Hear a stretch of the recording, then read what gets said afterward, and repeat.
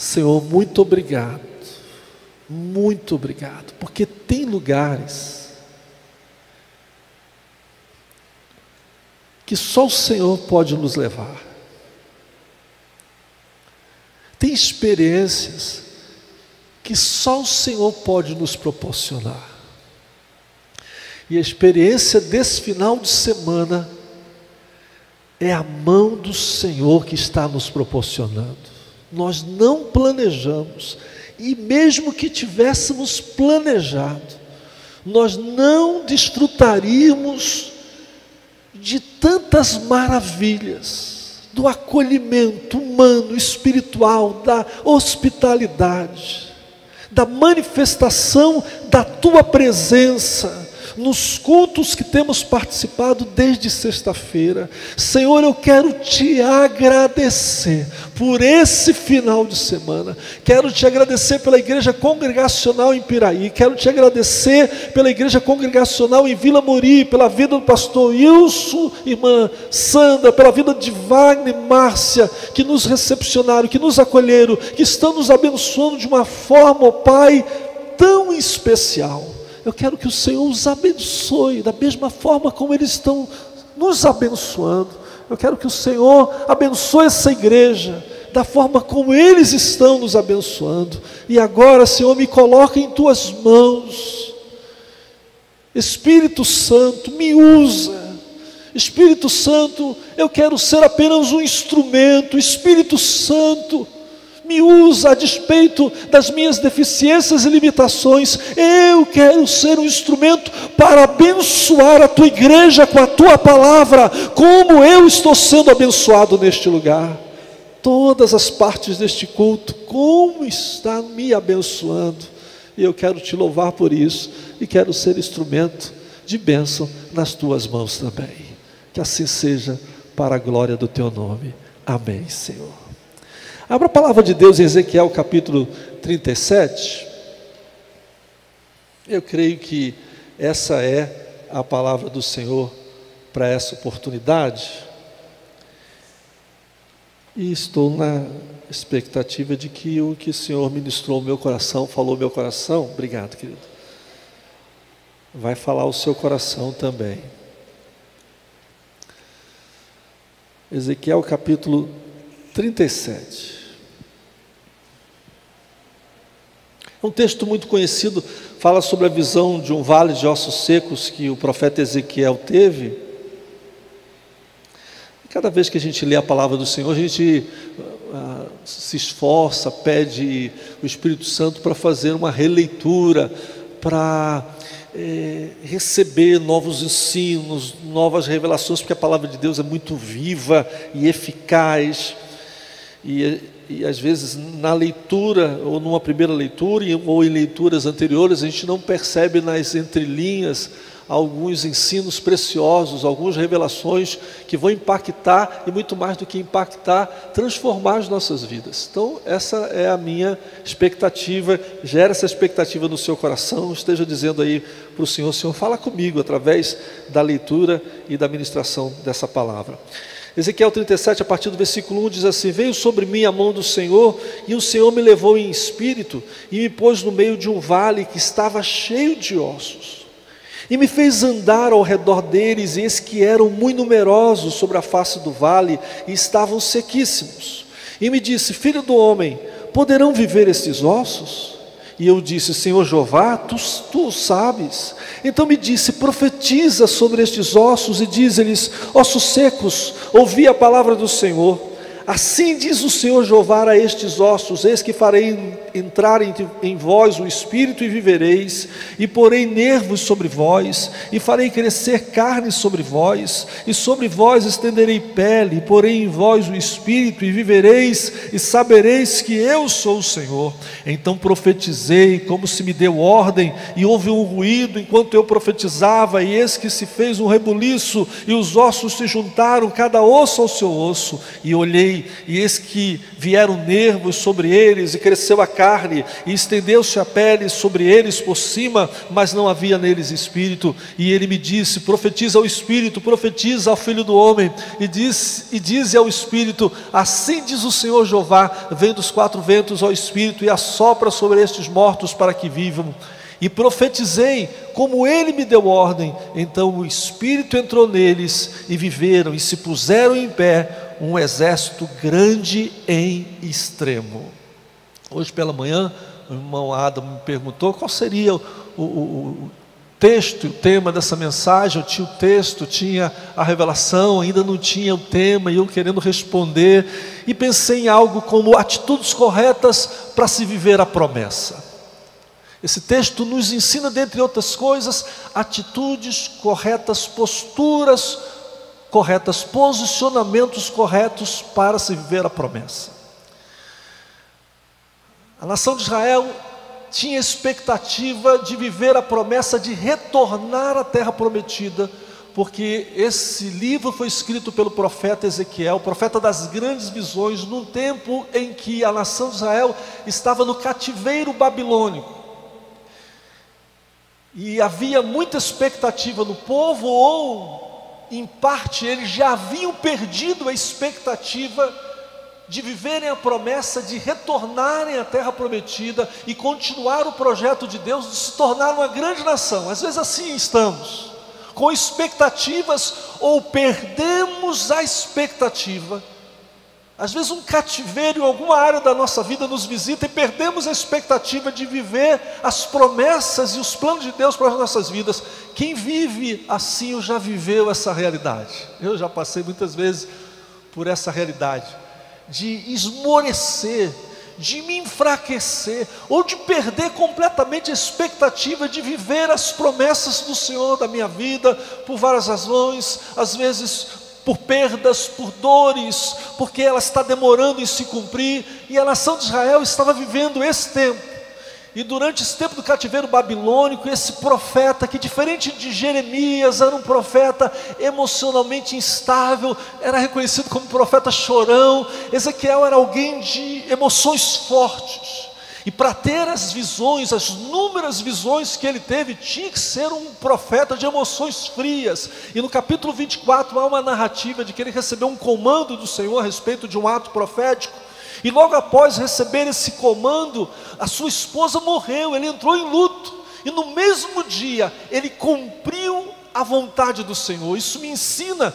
que para vivermos as promessas do Senhor, mesmo diante de perdas tão dolorosas como de um ente querido, nós temos que ter emoções equilibradas, emoções saudáveis, para que o desequilíbrio emocional, que rouba a nossa lucidez, a nossa segurança, ela não comprometa as promessas do Senhor nas nossas vidas. Isso fala de estabilidade emocional diante das perdas e dores, que muitas vezes nos enfraquecem e nos paralisam, nos aprisionando a erros e frustrações do passado. E a lembrança de um passado de glória, a lembrança de um passado de glória também é um aprisionamento. A lembrança de um passado de glória, e aí eu posso ser redundante agora, nos prende ao passado. Esse texto me ensina, irmãos, algumas atitudes corretas para se viver a promessa, no caso específico aqui do contexto, a promessa de voltarem à terra prometida e serem uma grande nação. E existem para cada um de nós promessas do Senhor. Quem tem promessas do Senhor aqui na sua vida? E quer aprender nessa noite? Diga assim: eu quero aprender atitudes corretas, posturas corretas, para se viver as promessas do Senhor na minha vida. Eu não vou frustrar. A minha oração tem sido essa: Senhor, eu não quero permitir, eu não quero frustrar as tuas promessas, eu não quero atrapalhar o Senhor cumprir as promessas dele na minha vida. Primeira atitude, permitir Deus nos conduzir a realidades desconhecidas a olho nu. No versículo 1, veio sobre mim a mão do Senhor, e o Senhor me levou em espírito.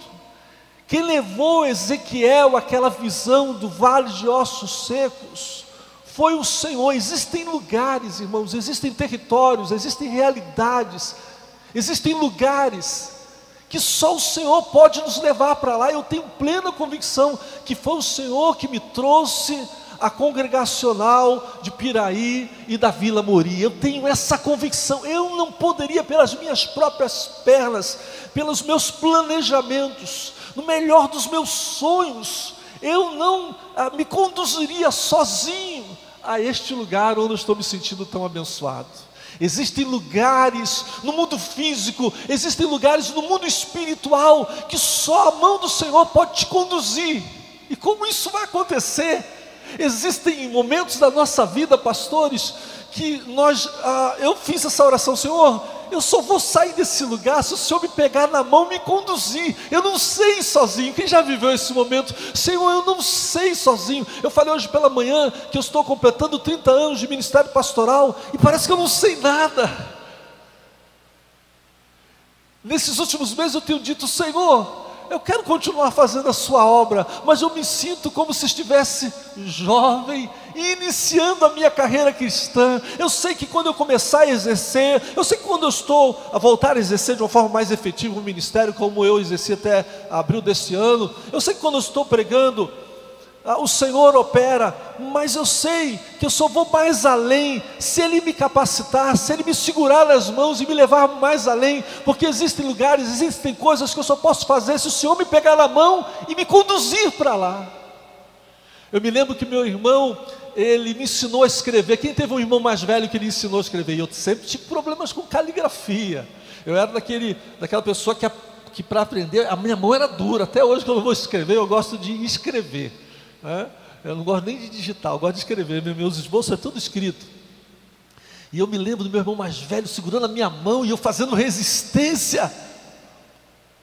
E ele amolece a mão, deixa eu conduzir a sua mão. E aí eu fazia um esforço para deixar Ele conduzir a minha mão. Às vezes nós estamos assim diante de Deus, o Senhor quer pegar a nossa mão e nos conduzir por caminhos que só Ele pode nos levar, mas nós estamos fazendo resistências. Eu estou aqui para te dizer, em nome do Senhor, amoleça a sua mão, amoleça seu coração, deixe as suas pernas livres. Igreja Congregacional de Piraí, Deus quer conduzir esse ministério a lugares que pelas pernas do homem vocês nunca vão chegar. Existem lugares que só o Senhor pode nos conduzir. Veio sobre mim a mão do Senhor e me conduziu em espírito, me levou, me pôs no meio do vale. E ali ele teve a contemplação de um lugar que ele ainda não tinha chegado. E a gente pode aprender aqui também que nós vamos ser conduzidos por Senhor a determinados lugares, que antes de nossas pernas chegarem lá, o nosso coração já vai ter feito a visitação. A irmã Márcia estava compartilhando que foi a Israel esses dias numa visão, né? Chegou primeiro do que o Wagner lá. O Wagner está contando os dias. Hoje ele falta 13 dias. E a Márcia já chegou lá. Tem lugares para onde o Senhor vai nos levar, que antes de chegarmos lá com os pés, nós vamos ter que chegar com uma visão. Hoje eu fiz uma pergunta ao irmão Wagner: Wagner, o que é mais importante, a visão ou a força?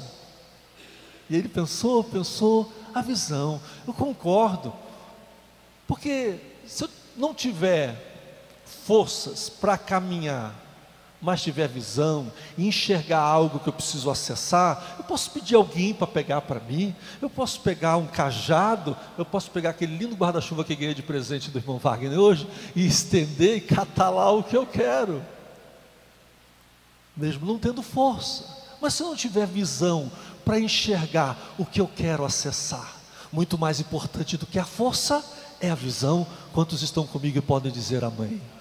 Deus quer abrir a sua visão nesta noite, para você visitar territórios para onde o Senhor quer te levar. Antes de colocar os pés lá, você precisa visualizar esse lugar, ter experiências como a da irmã Márcia, uma visão, experiências como a do profeta Ezequiel, uma visão, o seu coração saltar e visitar esse território para onde o Senhor quer te levar. Então permita Deus te conduzir a realidades que você ainda não conhece, que você ainda não enxerga a olho nu. Segunda postura para viver as promessas do Senhor: permitir Deus me colocar no meio do problema e não apenas como espectador. Me pôs no meio do vale.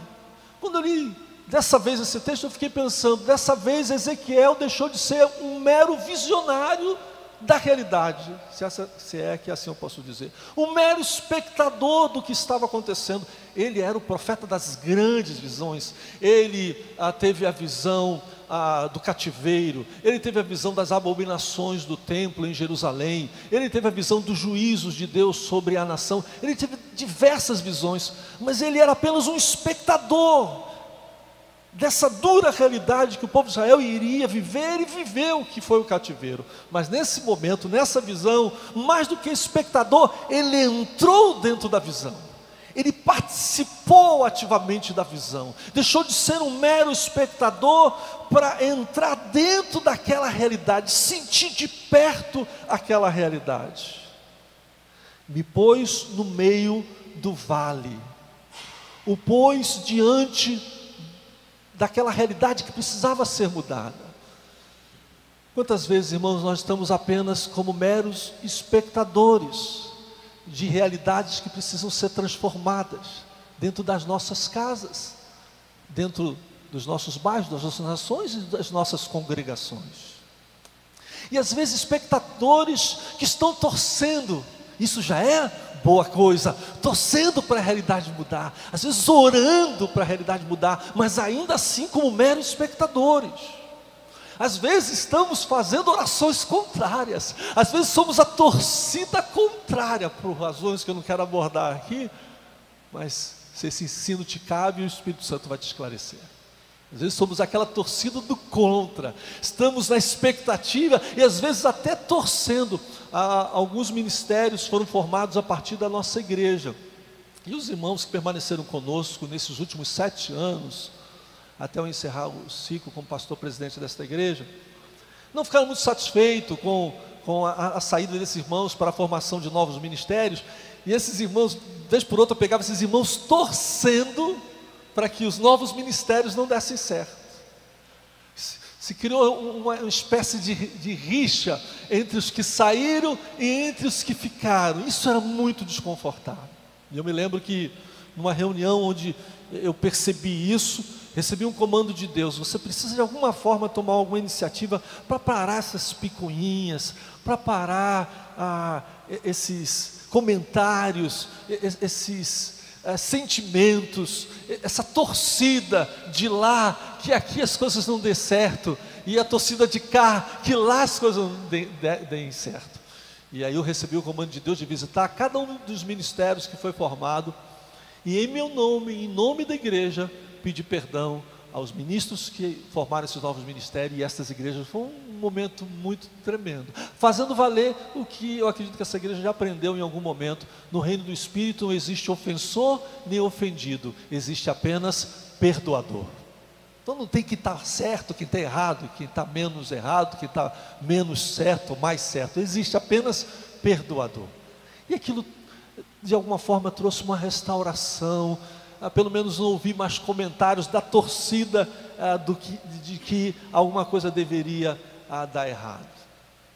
Então às vezes nós somos esses espectadores que estão torcendo para as coisas dar certo, e às vezes fazemos parte desses espectadores que estão torcendo para as coisas darem errado. Mas o Senhor pegou Ezequiel, que era apenas um mero espectador do que estava acontecendo, e o colocou no meio do vale, dentro daquela realidade, como que dizendo para o profeta: agora muito mais do que espectador, você vai participar ativamente, não somente desse momento trágico da história de Israel, mas você vai ser um agente de mudança dessa realidade. Quem está entendendo o que o Espírito Santo está falando? Posso encerrar esse ponto dizendo para você que talvez você esteja apenas como mero espectador do que Deus precisa fazer, ou de uma realidade que precisa ser mudada nessas áreas, ou em algumas áreas da nossa vida. Mas chegou a hora de você entrar lá dentro da situação e dizer: muito mais do que espectador, muito mais do que ficar vendo e torcendo para dar certo, ou torcendo para dar contra, eu assumo a minha responsabilidade agora de ser um agente de transformação nesse lugar. Você pode ser um agente de transformação dentro da sua casa. Você pode, e alguns aqui já foram agentes de transformação dentro do seu ministério, dentro da sua igreja. Chegou o tempo de pararmos apenas de ver. Chegou o tempo de a gente se envolver. De dizer, estou aqui, conte comigo, me usa como instrumento. Como eu posso ajudar? O que eu posso fazer para mudar essa realidade aqui? Eu estava só olhando de longe. Eu estava com medo de que não desse certo. O negócio estava ficando pior e eu estava me afastando para depois não me culparem. Eu não tenho nada a ver com isso. E agora Deus te traz para dentro da realidade e diz, você faz parte dessa realidade. Não somente para lamentar, não somente para encontrar os culpados, não somente para contabilizar os prejuízos, mas eu te trago agora para dentro dessa realidade, para você chegar a essa conclusão. Estou dentro, conta comigo. Deus pode me usar para mudar essa realidade. Terceiro, abrir os olhos para a realidade. Versículo 2 diz, e me fez andar ao redor deles, e esses que eram muito numerosos sobre a face do vale, estavam sequíssimos. De todas as visões que o profeta Ezequiel teve, essa talvez fosse a mais terrível. Você imagina você caminhar por um vale de ossos secos, sequíssimos. Quem já teve a experiência de ver um crânio, de ver um pedaço de osso, você vai em sepultamento, né? Uma visão assim, no mínimo desconfortável, às vezes causa aquele sentimento ruim, você pensar que aqueles ossos um dia eram um ser humano, uma pessoa, um pai de família, uma mãe, um filho. Imagina você entrar num vale de ossos secos, ter que caminhar no meio deles, ao redor deles. Mas o objetivo de Deus em fazer isso era abrir os olhos de Ezequiel para a realidade. Isso significa, irmãos, não fechar os olhos para a realidade. É parar de fingir que está tudo bem. É parar de fingir que nada está acontecendo. Eu aprendi com um pensador que nós temos a vida que toleramos. Às vezes ao nosso redor tem um vale de ossos secos e a gente está passando por eles chutando. Às vezes nossa família é um vale de ossos secos. Às vezes a nossa vida financeira é um vale de ossos secos, mas a gente vai levando, vai empurrando com a barriga, justificando. Eu não sou o único que está vivendo isso. Às vezes a gente fica se consolando em pensar que nós não somos a exceção. Às vezes a gente até se consola quando ouve alguém falando das mesmas realidades difíceis que nós estamos vivendo. Aí a gente se consola dizendo, eu não sou o único, graças a Deus, eu não estou em pecado não, porque olha, todo mundo está vivendo isso, todo mundo está com problema financeiro, tem muita gente vivendo problemas conjugais, as igrejas depois da pandemia, são raras as que não tiveram evasão de membros, evasão financeira, a perda do ânimo espiritual, pessoas abandonaram seus ministérios. A nossa igreja não é a única, não é a primeira, nem a única, nem vai ser aquela que vai de alguma forma ser a referência. Muitas vezes nós toleramos a vida ruim que estamos vivendo. Às vezes a gente aceita, às vezes a gente se rende, às vezes a gente se conforma com as realidades difíceis que nós estamos vivendo. E aí tem uma hora que Deus abre os nossos olhos para enxergar coisas que nós não enxergamos. Tem pessoas que fecham os olhos para a realidade de que o seu casamento está prestes a terminar. Pessoas que não querem aceitar essa possibilidade, porque enxergar essa realidade implica em posicionamentos para promover a mudança. Tem pessoas que estão afundadas num poço de lama e não se percebem sujas, não se percebem mal cheirosas, não percebem que sua vida espiritual está falida, não percebem que as suas orações não passam do teto, não percebem que o pecado está tomando conta da vida delas, isso está roubando a força. Eu vi alguém aqui dizendo que a alegria do Senhor, alguém disse aqui com outras palavras, a alegria do Senhor é a nossa força. Foi o irmão que disse? O Wagner mesmo? E se roubarem a nossa alegria, roubam a nossa força, porque a alegria do Senhor é a nossa força. E às vezes perdemos a alegria de ir para casa. Tem pessoas que querem ficar o dia inteiro, se pudesse, ficariam 24 horas no trabalho, porque perderam a alegria do seu lar.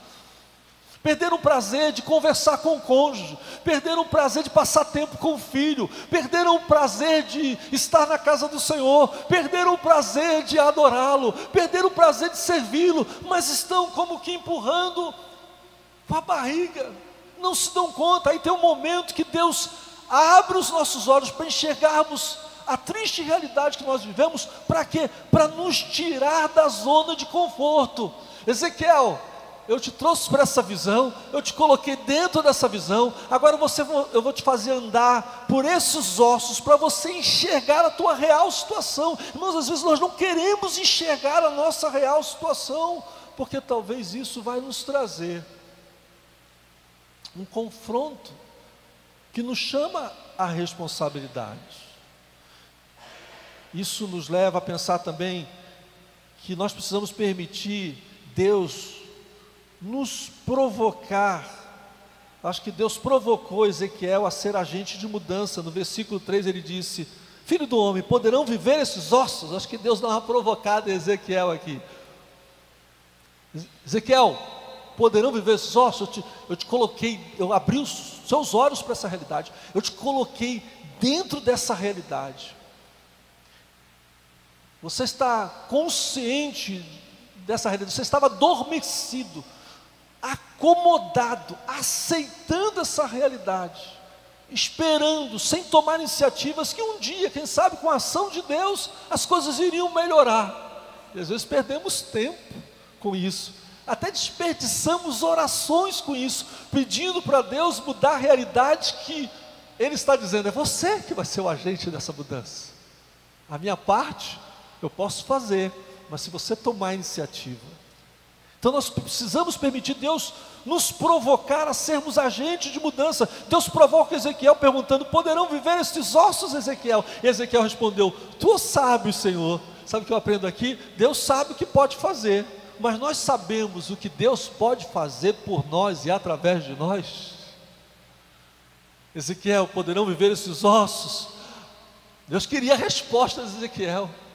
Deus queria que Ezequiel desse a seguinte resposta: poderão, Senhor, tu tens poder para isso, e conta comigo para promover a vida nesses ossos. Essa foi a expectativa, essa era a resposta que Deus esperava de Ezequiel. E Ezequiel, como que querendo tirar o corpo fora, como que alheio, ou sem ter a certeza, a expectativa do que Deus poderia fazer, disse: tu sabes, Senhor.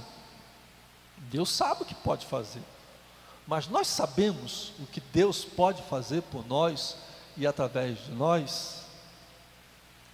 Nessa provocação de Deus a sermos agentes de mudanças, o Senhor leva Ezequiel a assumir a sua autorresponsabilidade. No versículo 4, então me disse: profetiza sobre esses ossos e diz-lhes: ossos secos, ouvi a palavra do Senhor. Deus disse para o profeta Ezequiel: Ezequiel, profetiza sobre esses ossos. Assume a sua responsabilidade. Já falei aqui, é tempo de pararmos de apontar os culpados e assumirmos a nossa responsabilidade como agentes de mudança. E aí eu termino esse ponto aqui dando o exemplo, conversando com o irmão Samuel dos dólares, e ele falou que quando era bem pequeno, o pai dele foi fiador de algum contrato, e por conta disso perdeu todos os bens, perdeu a casa, perdeu os bens, perdeu tudo. E Samuel, com 15 anos, foi carregar a caixa de verduras e frutas no Ceasa. Ele poderia muito bem dizer: isso não é responsabilidade minha, quem cometeu o erro foi meu pai, por que agora eu tenho que ser o responsável para melhorar essa situação? Não, com 15 anos, sabendo que o erro ou o infortúnio foi provocado pelo seu pai, ele com 15 anos eu vou ajudar a mudar essa realidade. E foi lá trabalhar no Ceasa como carregador de caixas de verduras e frutas. Às vezes nós falamos assim: eu estou vivendo essa situação, mas a culpa não é minha não. A culpa é da minha mãe que me abandonou. A culpa é do meu pai que era um alcoólatra e batia na minha mãe. A culpa é do meu pai que não me deu estudo. A culpa é do governo.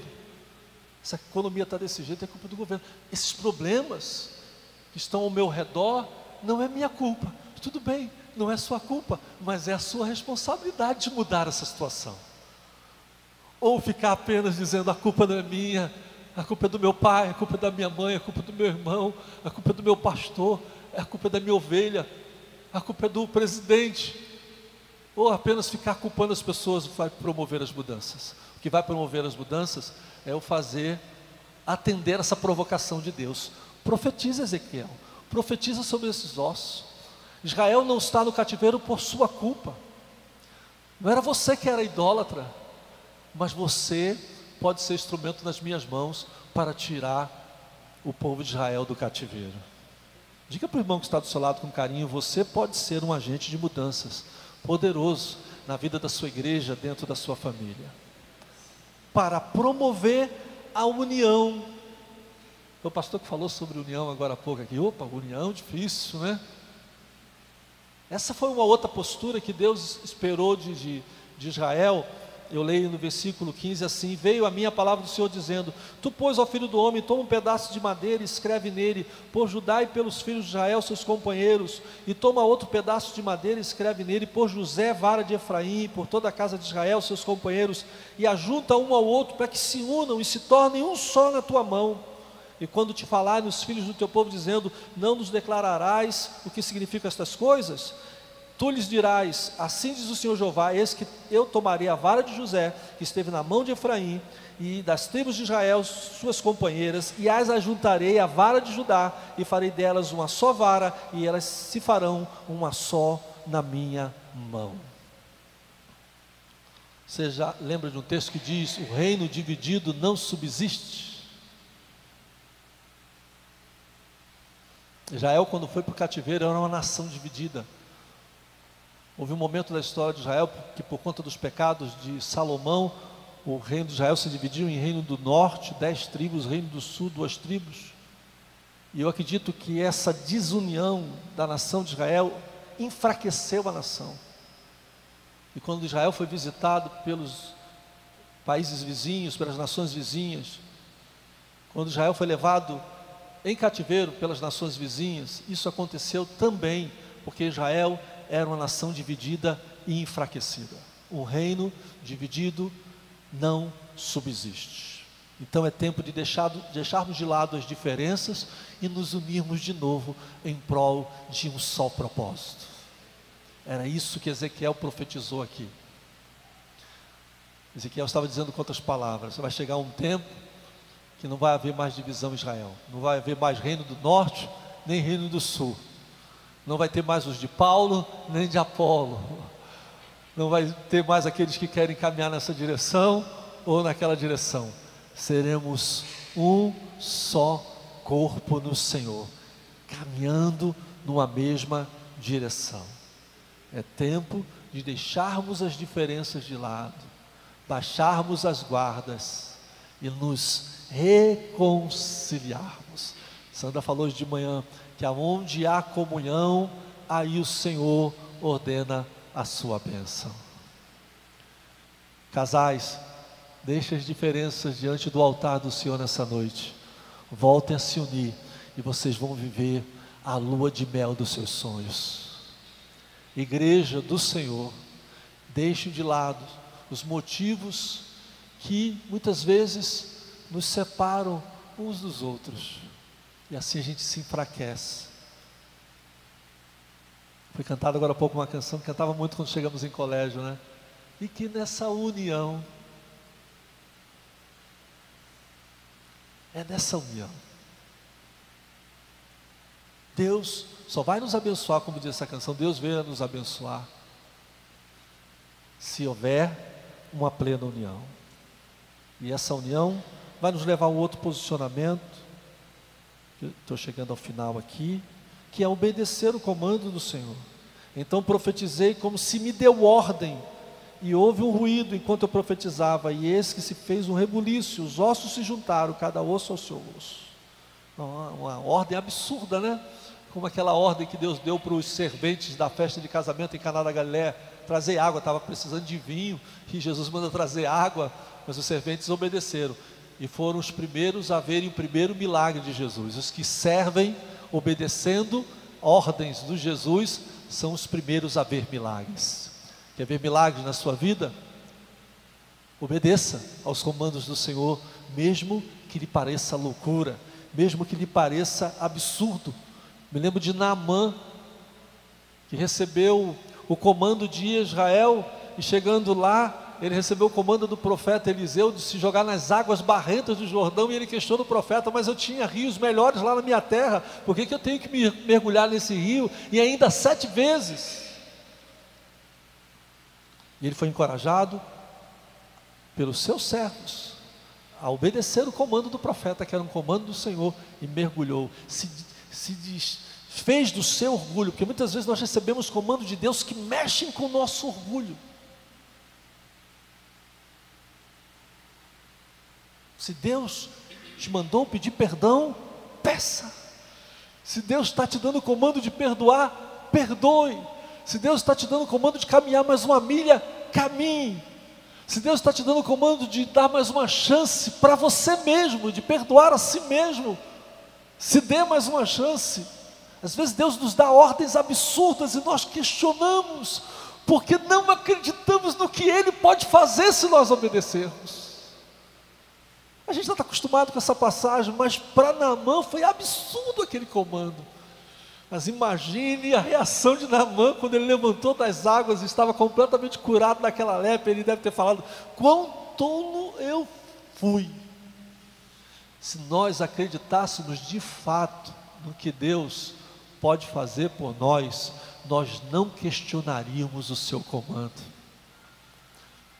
Talvez a base do nosso orgulho seja a incredulidade. Talvez a base do nosso orgulho seja ter que se humilhar diante de Deus, ou até diante de pessoas que ferimos, ou de pessoas que nos feriram. E o argumento é: ela vai ter que pagar. Ela não sabe o quanto me fez sofrer. Deus perdoa, mas eu não. Perdão é o principal valor, dentre outros, que é fruto da nossa salvação em Cristo Jesus. Quem é salvo por Jesus aqui? Sabe por que você é salvo por Cristo Jesus? Porque Deus te amou quando você ainda era pecador, e viu em você arrependimento, e viu em você humilhação, e o pedido de perdão, e o desejo de não pecar mais. Então Deus te perdoou e te fez uma nova criatura. Quem pode glorificar o nome do Senhor por isso? Por último, para vivermos as promessas do Senhor, temos que profetizar a palavra do Senhor. Versículo 4 diz: então me disse, profetiza sobre estes ossos, e diz-lhes: ossos secos, ouvi a palavra do Senhor. Eles não iriam ouvir a palavra do profeta, não era uma palavra comum, não era uma mera palavra de encorajamento. Vamos lá, nação de Israel, a gente pode se erguer, a gente pode se levantar, a gente já foi uma grande nação. Não foi uma palavra também de apenas colocar Israel dentro da realidade, mas foi uma profecia da palavra do Senhor. Isso me faz lembrar um ensino que eu aprendi recentemente: o que eu comunico se torna uma crença, e essa crença se torna uma atitude. Qual tem sido a minha comunicação diante das adversidades? O que eu comunico se torna uma crença, e a minha crença vai me levar a tomar uma atitude. E o que eu estou comunicando diante das tristes realidades que eu contemplo? Você vai lembrar uma conversa que eu tive com o irmão Wagner hoje, ele falando de uma situação difícil que ele viveu na empresa dele, e aí um amigo encorajando o Wagner, disse assim: só tem problemas na empresa quem tem empresa, só bate com carro quem tem carro. E aí você bate com o carro, ou melhor, antes de bater você fura o pneu, ao invés de comunicar isso, só fura pneu Quem tem carro, tem um monte de gente andando a pé, nunca vai furar pneu, mas também não vai ter o conforto de chegar mais rápido na sua casa dentro do ar-condicionado. Glória a Deus, eu só furei o pneu porque eu tenho carro, e tenho um step, e tenho um macaco, e tenho a chave de roda, está tudo bem. Só fura pneu quem tem carro, mas tem pessoas que quando furam o pneu, que desgraça, tudo acontece comigo, vou chegar atrasado, aí fica nervoso. Aí na hora de trocar o pneu, coloca o macaco errado, o carro sai, cai, e aí vai ser um transtorno para levantar o carro de novo. Depois com muito custo, todo suado, sujo, levanta o carro, vai usar a chave de roda, coloca a chave de roda de uma forma errada, a porca quebra, e ele começa a xingar, chega em casa nervoso. A esposa perguntou, trouxe o pão? Aí ela, vocês me exploram, aqui eu só tenho que dar, ninguém faz nada por mim, já fica um climão dentro de casa, e ele reclama dos filhos. Como vai ser o final do dia desse chefe de família? Como vai ser o outro dia desse chefe de família? Porque diante das realidades difíceis, ao invés dele comunicar vitória, profetizando a palavra do Senhor, ele profetizou mais derrota sobre a vida dele. Isso me faz lembrar um outro episódio de um apóstolo, você deve ter ouvido falar ou conhece, o apóstolo René Terranova, que estava na expectativa de pegar um voo, e tinha dado overbooking no voo, e as pessoas nervosas, xingando a empresa, xingando os funcionários, aquele alvoroço, quem já viveu essa realidade sabe como é que é. E aí aquelas pessoas brigando, discutindo, querendo bater nos funcionários da empresa, e ele então olhou e identificou uma funcionária da empresa, foi lá perto dela, olha, eu não me lembro muito bem as palavras, mas eu vejo que você é uma funcionária muito experiente dessa empresa, e com toda a sua experiência e sabedoria, eu tenho certeza que você vai encontrar uma solução para o meu problema. E resumindo a história, não me lembro os detalhes, aquela funcionária pega o apóstolo René pelas mãos e o coloca dentro daquele voo. Ele disse que foi o único dentre aquelas pessoas que embarcou naquele voo que estava em overbooking. Que ao invés de ele ficar ali comunicando derrota, profetizando desgraça, murmurando e lamentando da vida, ele se acalmou. E muito mais do que profetizar autoajuda, ele profetizou a ajuda do alto. Ele deve ter trazido à memória os textos bíblicos que dizem, posso todas as coisas naquele que me fortalece. Ele lembrou de textos bíblicos como aquele que diz que Deus abriu o mar vermelho. Muito mais do que profetizar autoajuda, ele profetizou a ajuda do alto, como a que eu vou pedir para você ler comigo agora, encerrando essa mensagem, em Romanos capítulo 8, a partir do versículo 31. Lê esse texto comigo. São textos bíblicos que nós temos que profetizar diante das realidades difíceis que nós estamos vivendo, e profetizar vitória, ao invés de declarar e comunicar derrota, que vão gerar crenças e atitudes intempestivas, atitudes que vão piorar a situação, como nesse exemplo que eu dei do furo do pneu. Aí a pessoa já nervosa, vai para casa, bate com o carro, e ela então vai se achar a pessoa mais desgraçada da vida. Ao invés de tudo isso, ela tem que profetizar a vitória. Como está aqui em Romanos capítulo 8, a partir do versículo 31, que diz, que diremos, pois, a estas coisas? Se Deus é por nós, quem será contra nós? Aquele que nem mesmo a seu próprio filho poupou, antes o entregou por todos nós, como nos não dará também com ele todas as coisas? Quem tentará acusação contra os escolhidos de Deus? É Deus quem os justifica. Quem os condenará? Pois é Cristo quem morreu, antes quem ressuscitou dentre os mortos, o qual está à direita de Deus e também intercede por nós. Quem nos separará do amor de Cristo? A tribulação, a angústia, a perseguição, a fome, a nudez, o perigo, a espada, como está escrito, por amor de ti somos entregues à morte todo dia, fomos sepultados como ovelhas para o matadouro, mas em todas essas coisas somos mais que vencedores por aquele que nos amou. Então isso não é simplesmente uma autoajuda, isto é evocar, isto é profetizar diante das realidades que nós vemos, a ajuda do alto, a palavra do Senhor. Quem já viveu realidades que foram transformadas quando você, ao invés de abrir a sua boca para comunicar a derrota, você profetizou a palavra de Deus? Chegou a hora de você acreditar que a palavra do Senhor tem poder para mudar a realidade. Chegou a hora de você sair desse culto aqui, se lembrando, e hoje à noite, chegando dentro da sua casa, chegando no seu local de trabalho, olhar para aquela realidade, e ao invés de dizer, vai começar a semana tudo de novo, você olhar para aquelas situações e começar a profetizar mudanças, transformações, restituições, segundo o Senhor te ordenar que seja profetizado. Quem deseja isso? Quem deseja ser um agente de mudança? Quem deseja que Deus o pegue pela mão, porque há momentos, eu cheguei a esse momento da minha vida, Senhor, se o Senhor não me pegar pela mão, não vou a lugar nenhum, porque há momentos na vida em que a gente se sente perdido, não tem nem GPS que nos ajuda, enfraquecidos, tantas possibilidades. Nesses últimos meses eu ouvi pessoas me dizendo assim, vá para essa direção, vá nessa, e aí, às vezes é mesmo, aí daqui a pouco vinha outro, não, é essa direção, quem sabe, mas já me disseram para ir naquela direção, vá nessa, e a gente fica assim, aí diante dessa perturbação, Senhor, eu não estou confiando não, nessas indicações, segura na minha mão, me leva, me conduz, onde quer que tu for, irei, e eu tenho desfrutado dessa paz, de ser conduzido pela mão do Senhor. Ele tem aberto os meus olhos para realidades que eu não enxergava, Ele tem me confrontado para sair da zona de conforto e dizer, não quero mais essa vida para mim. Chega um tempo na nossa vida, irmão, que parece que tudo ao nosso, que a gente fica, que os ambientes ficam pequenos. Quem já viveu isso? Você já chegou na sua sala de trabalho e disse, a sala está pequena para mim?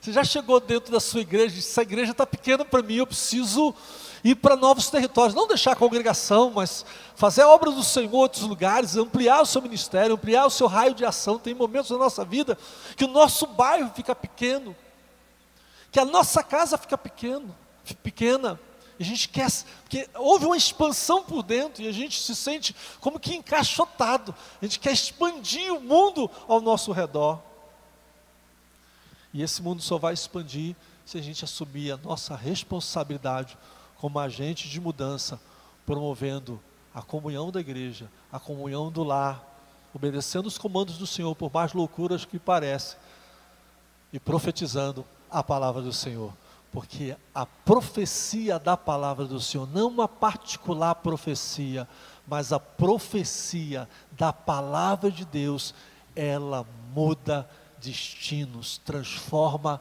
pessoas. Quando o irmão convidou Alain, não, como é o nome do rapaz que veio fazer visita? Alain, quando Deus convidou o Alain, não foi eu tenho certeza que o irmão não fez aquele convite despretensioso, né?